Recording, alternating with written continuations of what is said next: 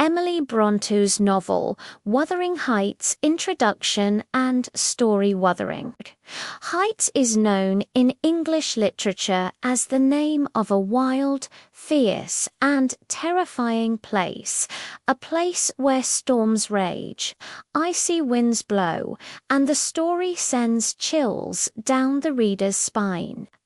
This masterpiece of English literature is the creation of Emily Brontë, the younger sister of Charlotte Brontë.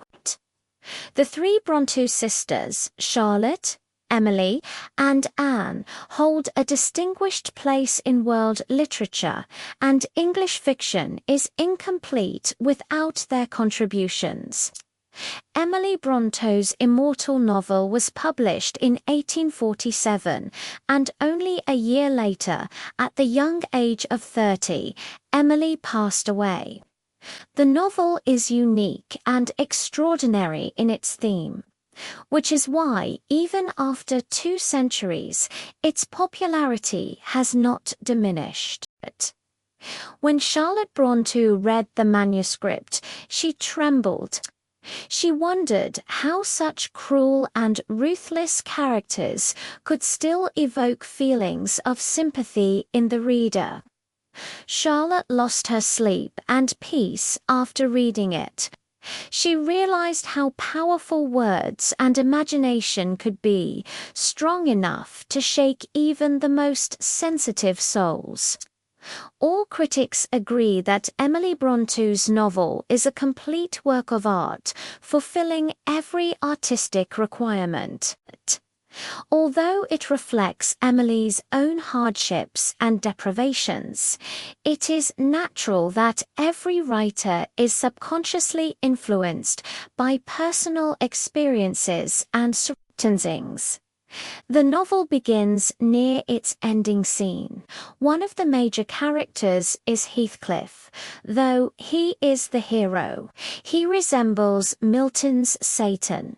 Sometimes the reader feels deep sympathy for him, and at other times intense hatred. There are 2 heroines in the story, a mother and her daughter, both named Catherine, which sometimes confuses readers. The story begins in 1801, narrated at first by a man named Lockwood, who rents a house called Thrushcross Grange from Mr. Heathcliff. The Grange is located in West Yorkshire, a place with harsh weather, barren land, and rough moorland terrain. The people there are as stern as their environment. Lockwood travels for miles across the desolate moors to meet his landlord, Mr. Heathcliff, who lives in a house called Wuthering Heights, literally meaning a place of stormy winds. Lockwood describes Wuthering Heights as lonely, eerie, and storm-battered, where sunlight rarely appears. Built of rough stone, the house stands strong against storms and rain. When Lockwood first meets Mr. Heathcliff, he notices that his appearance is unlike the local people, dark-skinned, striking features, almost like a gypsy, but with refined manners and dress. His face, however, carries deep tension and mystery. The next day, Lockwood realizes that Heathcliff is not an easy man to understand.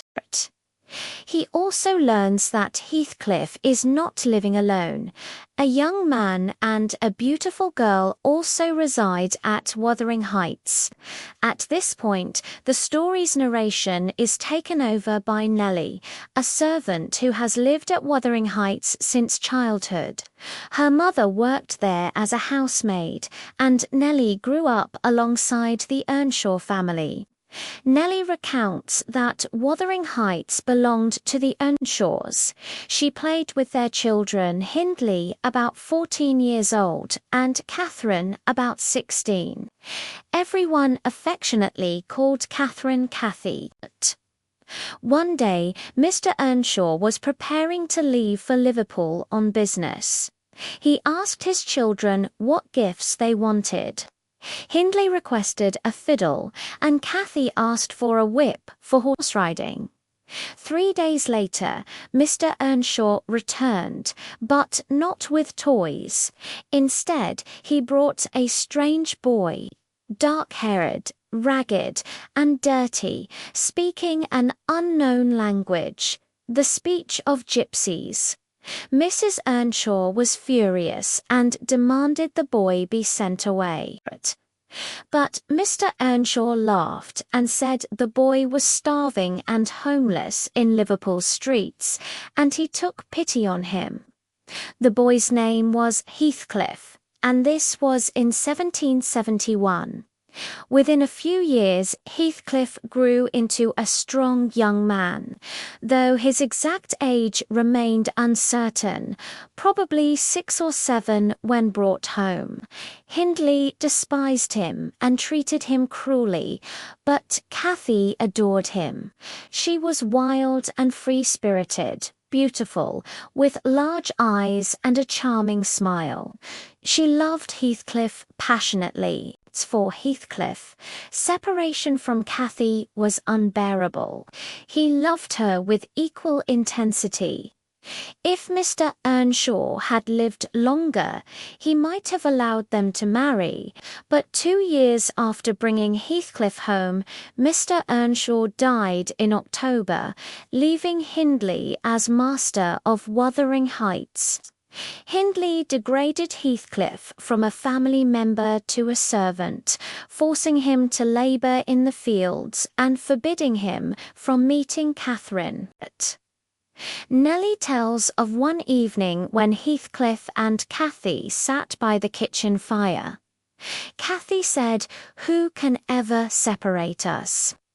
I am Heathcliff because he lives in my thoughts. I am Heathcliff, yet Cathy never wished to marry him. She told Nelly, if I marry Heathcliff, I would degrade my love, not strengthen it. Our love is too deep for marriage." At Thrushcross Grange, a wealthy young man named Edgar Linton proposed to Catherine, and she accepted. Edgar was handsome, rich, and loved her deeply. His family approved the match. Catherine explained to Nelly, "If I marry Heathcliff, we'll remain beggars. But if I marry Edgar, I can help Heathcliff rise from poverty, so he'll stand equal to my brother." When Heathcliff overheard this, he left Wuthering Heights and disappeared. Catherine was devastated. But in September, Heathcliff returned, transformed, refined, and confident. Hindley's wife had died, leaving behind a son, Earnshaw. Heathcliff soon re-established himself at Wuthering Heights. One day he visited Thrushcross Grange, and Catherine greeted him passionately. She was pregnant at that time. Edgar was heartbroken, for Heathcliff had eloped with his 19-year-old sister Isabella and later married her. Isabella was her brother's sole heir. Soon after, Catherine gave birth to a baby girl, also named Catherine, but she died on March 20th, 1784, at midnight. The story then shifts to the second generation. The new Catherine grows up gentle and innocent, unlike her mother. At 17, Heathcliff cunningly arranges her marriage to his sickly son Linton, Isabella's child, after Edgar's death. Linton also dies, leaving Heathcliff master of both Thrushcross Grange and Wuthering Heights. By 1801, the time Lockwood arrives. The residents of Wuthering Heights are Earnshaw and the young Catherine Linton. Lockwood recalls spending a cold night there. Unable to sleep, he dreamed that someone was knocking at the window. A cold, icy hand, a woman's reached through the broken pane, whispering, "Let me in, let me in. Who are you?" he asked. "I am Catherine Linton," came the trembling voice. "I've lost my way in the moor. Please let me in." Terrified, Lockwood shouted, "Go away.